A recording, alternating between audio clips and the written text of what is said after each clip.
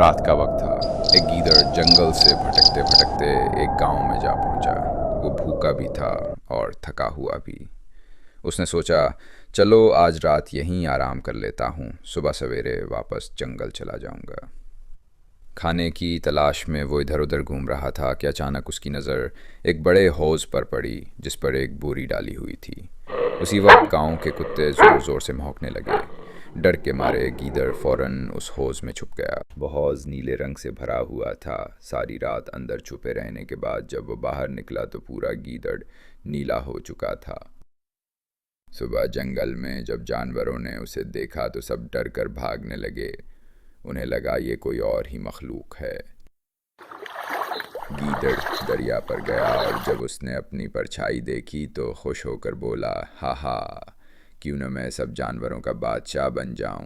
وہ ایک لومڑی کے پاس گیا اور کہا، تم میری وزیر بن جاؤ، باقی جانوروں کو یقین دلاؤ کہ میں کوئی آسمانی دیوتا ہوں۔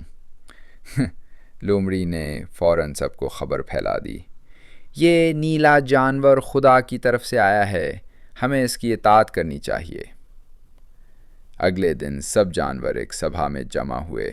نیلا گیدڑ غرور سے بیٹھا رہا اور لومڑی اس کی باتیں سب کو سناتی رہی۔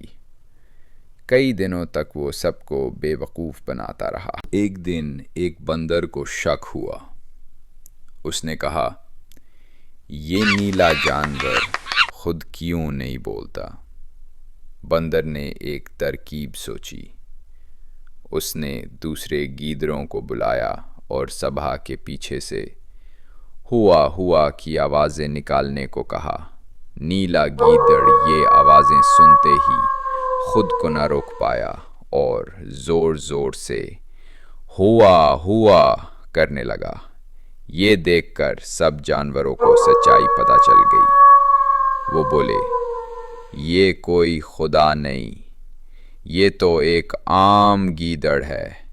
سب جانور غصے میں اس پر ٹوٹ پڑے اور یوں اس مکار گیدڑ کا انجام برا ہوا۔